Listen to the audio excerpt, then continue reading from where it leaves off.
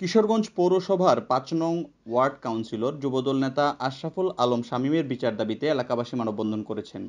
জানা যায়, কিশোরগঞ্জ শহরের প্রাণকেন্দ্রে অবস্থিত একটি অভিজাত ব্যবসা প্রতিষ্ঠানে হামলা, লুটপাট ও মালিককে হামলার ঘটনায় সেনা সদস্যদের হাতে আটক হয়ে বর্তমানে কারাগারে রয়েছেন কাউন্সিলর শামীম।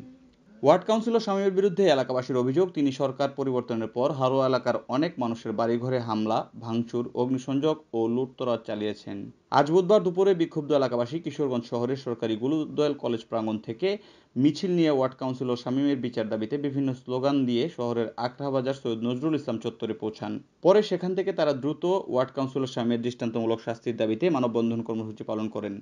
উক্ত বিক্ষোভ মিছিল ও মানববন্ধনে কিশোরগঞ্জ পৌরসভার ৫ নং ওয়ার্ডবাসী ছাড়াও ২০১৮ সালের কোঠা বিরোধী আন্দোলনের অন্যতম ছাত্রনেতা ও সমন্বয়ক হাসিবুল হোসেন উপস্থিত ছিলেন। এছাড়াও কিশোরগঞ্জ ৫ নং ওয়ার্ড এলাকার ছাত্রদল, যুবদল এবং বিএনপি নেতাকর্মীসহ প্রায় ৫ শতাধিক নারী-পুরুষ উক্ত মানববন্ধন ও বিক্ষোভ মিছিলে অংশগ্রহণ করেন।